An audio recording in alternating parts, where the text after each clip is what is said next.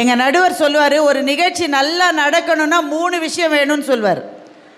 ஒன்று, கடவுளுடைய அருள் வேணும். 2வது, கேட்க வர ஆடியன்ஸு கேட்கணுன்ற மனநிலையோடு இருக்கணும். 3வது, மைக் செட் போடுறவர் அவங்க வீட்டுக்காரம்மாவோட சண்டை போடாமல் வந்திருக்கணும்னு சொல்லுவார்.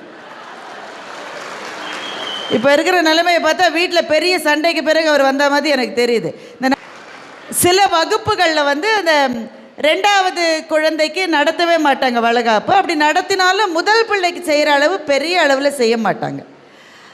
ஆனால் எல்லா பெண்ணினுடைய நெஞ்சத்திலும் அவங்க கல்யாண நாளை எவ்வளவு இனிமையோடு அவங்க நினைக்கிறாங்களோ அதை விட பல மடங்கு அவர்களினுடைய ஞாபகங்களில் மலர்ந்திருக்கிற ஒரு நாள் என்றால் அவர்களுக்கு வளைகாப்பு நடந்த அந்த நாள் தான் ஞாபகத்தில் இருக்கும்.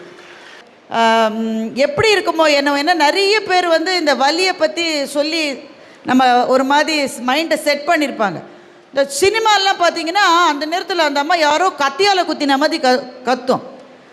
அப்படிலாம் வலிங்க, முதல்ல பயப்படாதீங்க. இந்த வலின்றது விடாமல் இருந்துகிட்டே இருக்கிற மாதிரி கத்துன்னு கத்துற மாதிரி சினிமாவெல்லாம் காமிச்சு நம்ம மைண்டை செட் பண்ணியிருக்காங்க. முதல்ல உங்ககிட்ட நான் சொல்ல வர்ற விஷயம் என்னென்னா, அந்த முதல் பிரசவத்துக்காக காத்திருக்கிற அந்த 9 மாதம் 1 வாரம் என்பது நம்முடைய வாழ்க்கையில் மிக மிக முக்கியமான ஒரு காலகட்டம். அதற்கு பிறகு அந்த குழந்தைய முதல்ல நம்ம கண்ணில் காட்டுகிற போது நமக்கு ஒரு பெருமிதமும் ஒரு மகிழ்ச்சியும் வரும் பாருங்கள். இந்த வாழ்நாளில் அதுக்கு ஈடு இணை என்பது எதுவுமே கிடையாது.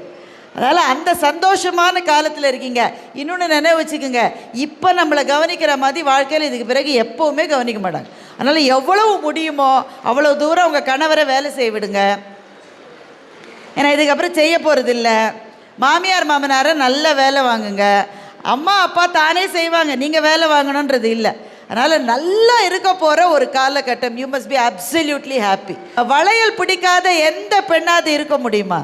ரொம்ப நாள் முன்னாடி எம்ஜிஆர் சினிமாவில் ஒரு பாட்டு வரும், கல்யாண பொண்ணுக்கு அண்ணான கண்ணு கொண்டாடி வரும் வளையல். அதில் ரொம்ப முக்கியமான ஒரு வரி இருக்குது, மாமனார மாமியார சாமியார போவதற்கு மந்திரிச்சு தந்த வளையல்னு வாலி வந்து ஒரு லைனை எழுதியிருப்பார். வளையல் என்பது இனிமையான நினைவுகளை தருகிற ஒரு விஷயம்.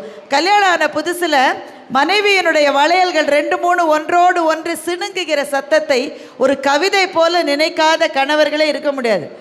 அதுவும் கூட காதில் கேட்காம சில பேர் இருக்காங்க. நீங்கள் சொல்கிறது எனக்கு கேட்குதுங்க. அவ்வளவு மகிழ்ச்சியான ஒரு அழகான விழாவை திருவிழா போல ஏற்பாடு செய்கிற ஐடியா